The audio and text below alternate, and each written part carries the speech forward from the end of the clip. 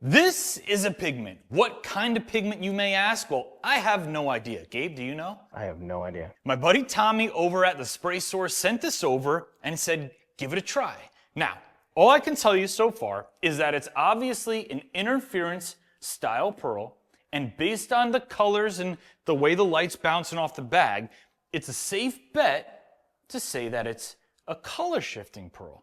So what we like to do with an interference pearl, a good way to run it through the gauntlet, is use it as a low pigment load over a deep or dark base. That's what's going to activate it the most. So right over here, we've got an incredibly cool base that we rarely use, Onyx Performance Series. That deep metallic gray really should let whatever color's in here start to fire off. So let me show you a little bit of the powder.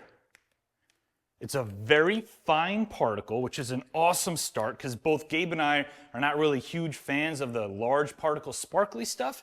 Oh, what the heck? All right, I don't even know what I'm seeing here. I'm seeing a little bit of kind of green. Let's bring that down a little bit. A little bit of that green, a little bit of the, what are you seeing? I don't know what the, I see a little gold for some green reason. and gold, maybe a little purpley pink. And there's like a really intense silvery sheen right there. So pigment load is going to be pretty standard with an interference pearl, deep dark base. You can go a little bit lighter on the pigment. So we're going to do 12.5 grams per gallon. If you want to take one more look at it, here you go. Yeah, pretty cool. All right, let's get this mixed up without making any more of a mess. I hope we didn't need all that. Well, it's made my hand look pretty cool, I'm not gonna lie. Okay, let's get this stirred up a bit. It's dense. Wow, it already sank.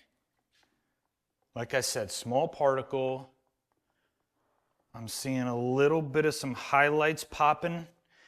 The fun part about this is I can talk about it, I can mix it up, we can look at my hand. We're not really gonna know what this is gonna look like until we get it down over that deep base. Those colors are not really gonna start to activate. But if we want a sneak peek, what's a good way of doing that? The old stick of truth. So let's see what we can learn from this. That's not what I expected. Okay, here's what I'm seeing. We're getting that deep rosy, kind of pinkly, purpley, and then we got that rotation on the end. It looks like it's gonna be high saturation, that's for sure, because that turned on immediately. All right, whatever this is, going over Onyx, you ready? I'm ready. Let's go.